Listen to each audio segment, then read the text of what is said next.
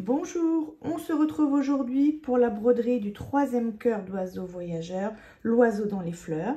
Et aujourd'hui, on va aborder plusieurs nouveaux petits points. Le point d'épine, on va faire aussi du point avant rebrodé.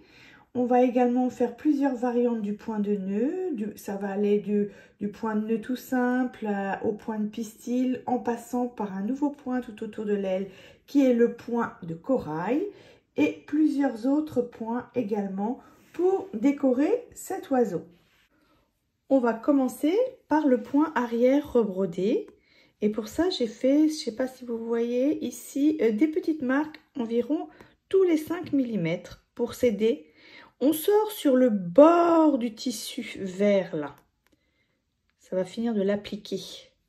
Voilà, vraiment au bord, au bord, au bord, au bord. On va faire un premier point lancé, un point avant. Et toujours on pique au bord. Puis ensuite, on pique sur la marque suivante ou 5 mm plus loin.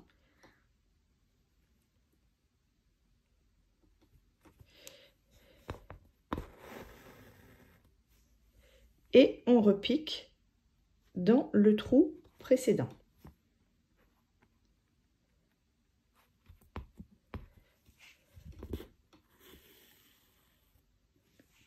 Juste un petit zoom ici sur le point arrière pour vous montrer qu'on doit quand même faire des points arrière qui ne sont pas trop grands.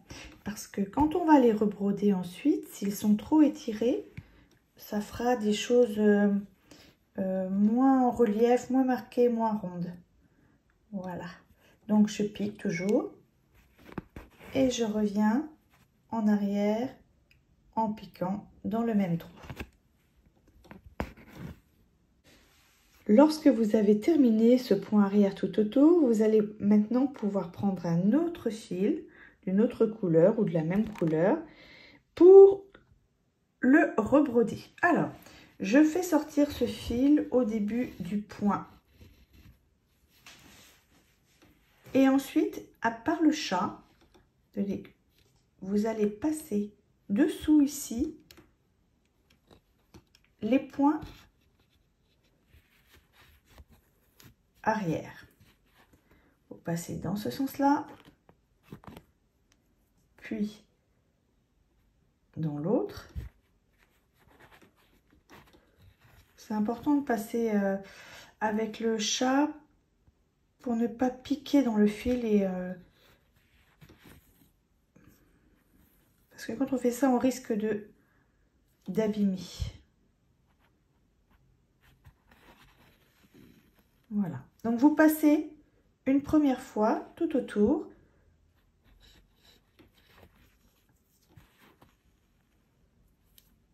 Avec le fil. On peut aussi, si on veut, refaire un deuxième passage, c'est-à-dire là, vous voyez, je suis passée de ce côté-là, de ce côté-là, de ce côté-ci. Et là, on va pouvoir venir repasser toujours avec le chat de l'aiguille par en dessous de l'autre côté pour en quelque sorte enfermer le point arrière. Voilà, et ensuite je repars dans l'autre sens.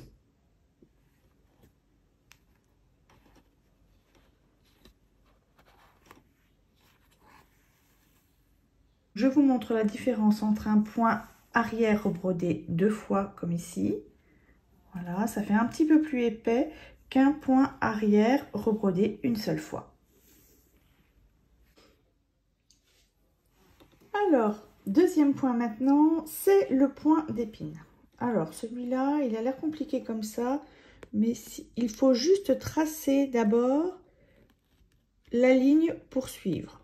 Ensuite, on sort au sommet.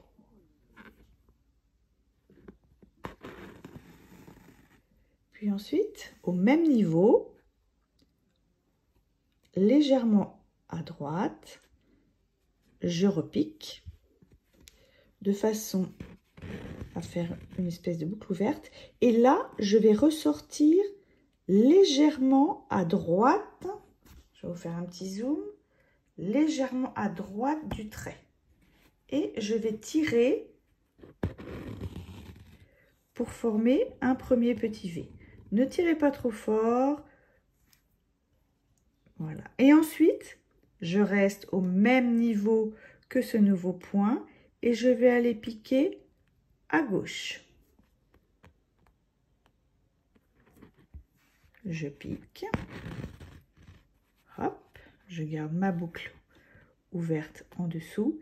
Et là, je vais repiquer légèrement à gauche du trait. Et on va continuer à descendre, toujours en gardant à l'esprit que ces deux points-là doivent être alignés. Comme ça va vous faire quelque chose un peu plus régulier. Mais si vous voulez que ce soit irrégulier, ça peut être très joli aussi, hein. Là, hop, je repique en dessous légèrement à gauche. Et je repars de l'autre côté. Non, là, c'était légèrement à droite. Et je repars de l'autre côté en repiquant légèrement à gauche. Voilà, ainsi de suite, jusqu'en bas. Pour le troisième point, il s'agit du point d'arrêt qu'on a déjà fait dans la deuxième vidéo. Alors, soit vous le faites comme ceci, et je vous invite à aller revoir la dernière vidéo, la vidéo numéro 4, soit je vous propose ici de les faire sur le côté, comme des mini points d'arrêt. Alors, vous avez vu, j'ai fait des petits points là, ici, et à chaque petit point, j'ai fait un trait. Et on va venir faire un seul point d'arrêt, c'est-à-dire qu'on commence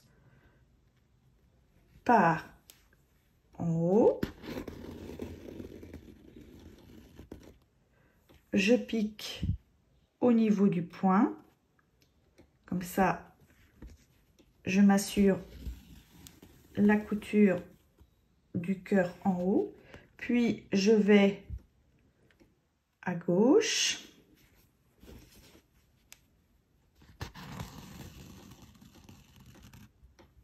à droite,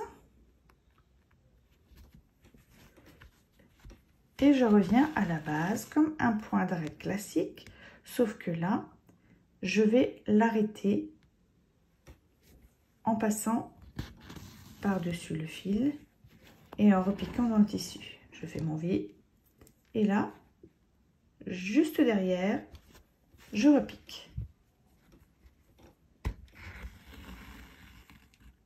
Voilà. Et vous allez pouvoir donc faire ces petits V tout autour. Pour faire ce point de corail qui est un point de nœud, je vais prendre mon fil et je vais le maintenir le long du trait avec le pouce. Et ensuite, je vais aller piquer à l'extérieur. Mon fil a un petit peu tourné.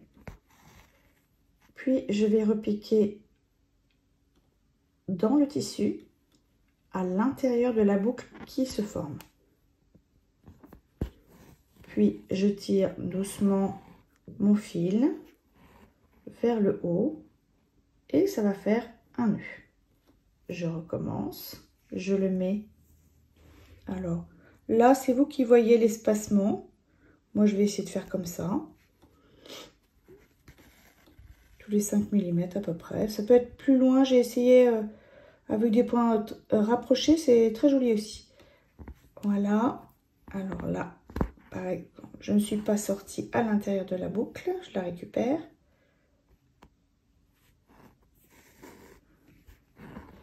Je tire vers le haut et je couche le fil. J'ai zoomé, je vous remontre. Donc, je tiens le fil, je pique au-dessus, en dessous, dans le tissu du cœur, juste au bord. Je tire vers le haut et je replaque. Le point de corail est terminé. Vous voyez, ça souligne tout le bord du cœur. Je trouve ça assez joli et assez simple à faire. Alors, maintenant, on va s'attaquer au dernier point de nœud, de dérivé de point de nœud. C'est le point de pistil pour faire l'intérieur des fleurs. Alors, pour faire un point de pistil, je sors au centre. pris une grande coudée. Mais en même temps, quand c'est du point de nœud, ça en mange beaucoup de fil. Ensuite, je vais faire comme pour le point de nœud. Je vais faire un tour, 2 tours ou 3 tours. Et je vais repiquer en maintenant avec mon autre main le fil un peu tendu. Et je vais tirer et lâcher au dernier moment. Et ça fait un premier point de pistil. Et ensuite, je vais continuer sur ma fleur, toujours en repartant du centre. 2. Je pique. Vous pouvez en faire des plus longs, des plus courts, tout autour.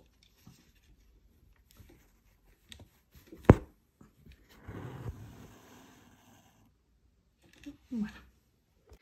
Le dernier point pour aujourd'hui, c'est le point arrière fondu qui va vous permettre d'appliquer ces petites fleurs. Alors, je tire, je sors, hop, et je vais aller lancer un premier point.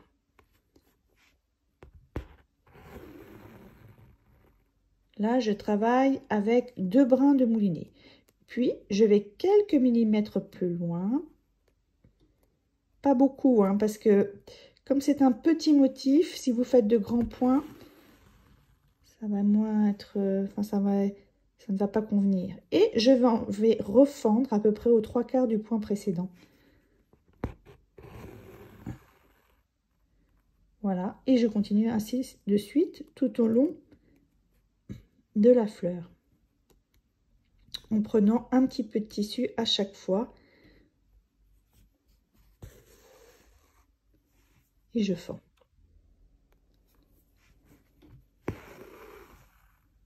Alors, vous avez une autre solution. Si vous ne souhaitez pas appliquer de tissu, c'est-à-dire que là, par exemple, entre chaque fleur avec du tissu, j'ai dessiné, j'ai fait le contour avec le petit gabarit qui était dans le modèle et j'ai brodé tout autour avec du point arrière fendu et à l'intérieur, j'ai fait comme ici, j'ai fait du point de pistil comme je vous l'ai montré tout de suite.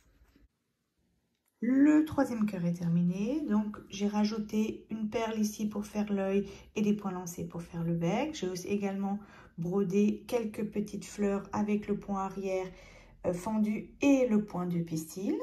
Je vais mettre tout ça au propre et je propose de les poster sur mon blog dans les jours à venir pour ceux qui auraient tout simplement envie de ne faire que la broderie sans faire tout l'appliquer. Alors les oiseaux seront en plus petit format.